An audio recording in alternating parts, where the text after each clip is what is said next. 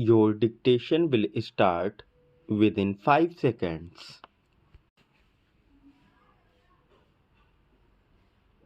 The challenge by the appellant is threefold.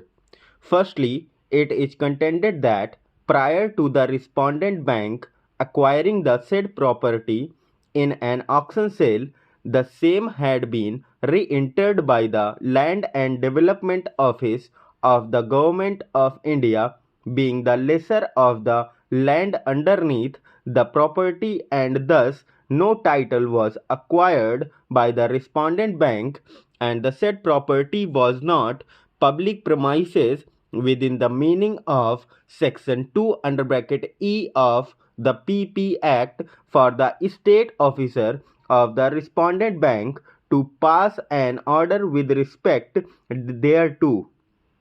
Secondly, it is contended that the no bona fide requirement on which ground the appellant was sought to be evicted had been established, and rather it stood admitted that the eviction of the appellant was with profit motive.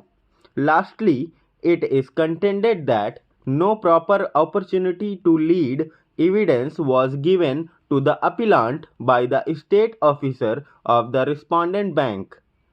As far as the first of the challenge aforesaid is concerned, the admitted position is that when the respondent bank, after bidding for the said property in an auction, had applied to the court for confirmation of the sale in its favor, the L&DO had objected on the ground that the property having already been re-entered, no title could be conveyed to the respondent bank. The said application of the L&DO was rejected, giving liberty to the L&DO to seek its remedies. Not only so, the Supreme Court in Santi Sarma vs. Ved Prabha 193 has held that re-entry effected by the L&DO of lease with respect to the land underneath the property does not prevent the lessee of the said land from seeking eviction of her its tenant in the property constructed on the said land as owner thereof.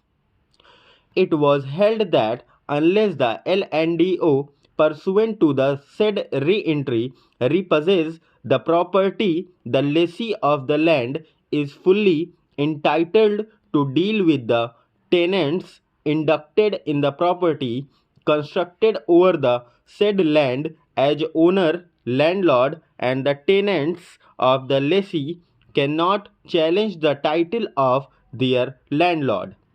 Upon the senior counsel for the appellant being confronted with the said judgment, he had no reply thereto. Now, therefore, it has to go by the earlier decision of the court, which has decided that matter justifiably as such. He contends that the Supreme Court in the said case, in a case of re-entry by the L&DO, had directed the possession of the premises to be delivered by the tenant to the L&DO and not to its landlord. We have on demur asked the senior counsel for the appellant whether the appellant is willing to hand over possession to the L&DO if not to the respondent bank. The answer is in the negative. The said conduct of the appellant demonstrates the malafide of the appellant in seeking to retain possession of a valuable property in the prime central business district of the capital city of Delhi on some pretext or the other. The judgment in Bharat Sales Limited Supra turns on its own facts.